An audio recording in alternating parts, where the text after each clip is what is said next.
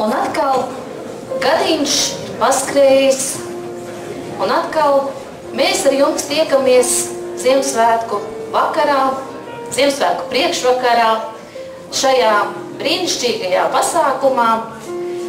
Un zinot, ka pirms manis scenārijā ir dziesma par eņģeļiem, arī man jums šovakar gribējās pastāstīt stāstu par eņģeļiem. Kādu vakaru Ziemassvētku priekšvakarā ceļinieks devās savā ceļojumā, mazliet noguris, mazliet piekusis, mazliet pārdomu pilns, un brīdī apsēdies uz akmeņa, viņš satika savu eņģeli, savu sargeņģeli. Un abiem sākās saruna.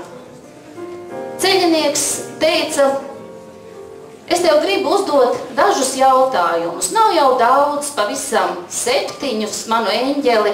Varbūt tu šajā Ziemassvētku priekšvakarā man atbildēsi uz dažiem man ļoti svarīgiem jautājumiem.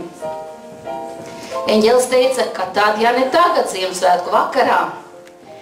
Ceļinieks teica, pirmais jautājums ir, kur lai es gūstu sev drošību? Jo man liekas, ka visapkārt ir tik nedroši, un es reizēm jūtos tik nedroši. Eņģelis teica tā, ceļiniek, drošība mīt tevī pašā, jo nepavēlti ir teiciens, sargā sevi pats, tad es arī tevi sargāšu. Drošība ir katram pašam jāatrod sevī. Ceļinieks jautāja tālāk, bet saki man, kur lai es gūstu drosmi? Man arī reizēm drosmes trūkst. Un eņģelis teica, arī drosme mīt tevī pašā.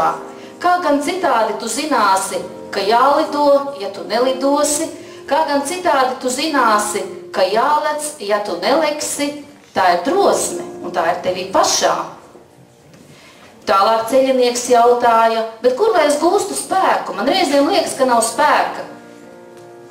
Eņģelis teica, ar spēku ir savādāk. Spēku tu vari gūt katru brīdi, apskatoties sev apkārt. Spēku tu vari gūt ar plaustām, pieskaroties kokam, ka tajā plūst dzīvības sula. Spēku tu vari gūt vakaros, skatoties saulrietā un no rīta saulēktā un no rīta saulrietā, jo zini, ka katru rītu saule atkal uzlēks, un tas ir spēks.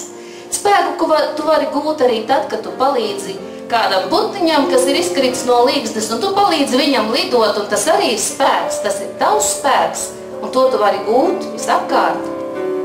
Un tālāk ceļinieks jautāja, bet kur lai es gūstu ticību? Reizēm ir tā, ka vienkārši trūkst ticības. Eņģelis apklusa, domāja un teica, ar ticību ir visgrūtāk. Ticību nevar tā vienkārši iemantot. Bet reizēm ir tā, kad ar tevi notiek kāds slikts notikums, iet laiks, paiet laiks, un tu saproti, ka šim sliktajam notikumam bija jānotiek, tāpēc, lai tu saprastu kaut ko savā dzīvē.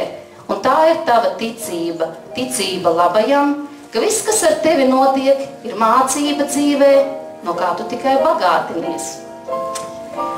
Ceļinieks jautāja, bet saki man, kur lai es gūstu prieku? Ar prieku gan ir pavisam vienkārši. Vai tu esi kādreiz ieskatījies laimīga cilvēka acīs? Ieskatoties laimīgi cilvēku acīs ir sajūta, ka tur patiešām mīt prieks. Un ja vēl tu esi izdarījis pavisam nedaudz, lai tas cilvēks būtu laimīgs, tad tici man, tās prieka dzirkstelītes ieliks arī tavās acīs. Un tas ir prieks, to tu vari iegūt pavisam vienkārši. Ceļinieks teica, un vēl man ir 2 pavisam svarīgi jautājumi priekš manis. Saki, kur lai es iemantoju uzticību? Eņģelis teica, esi pats uzticīgs un iemantos arī uzticību dzīvē. Un pēdējais jautājums. Ceļinieks prasīja, bet kur tad ir mīlestība?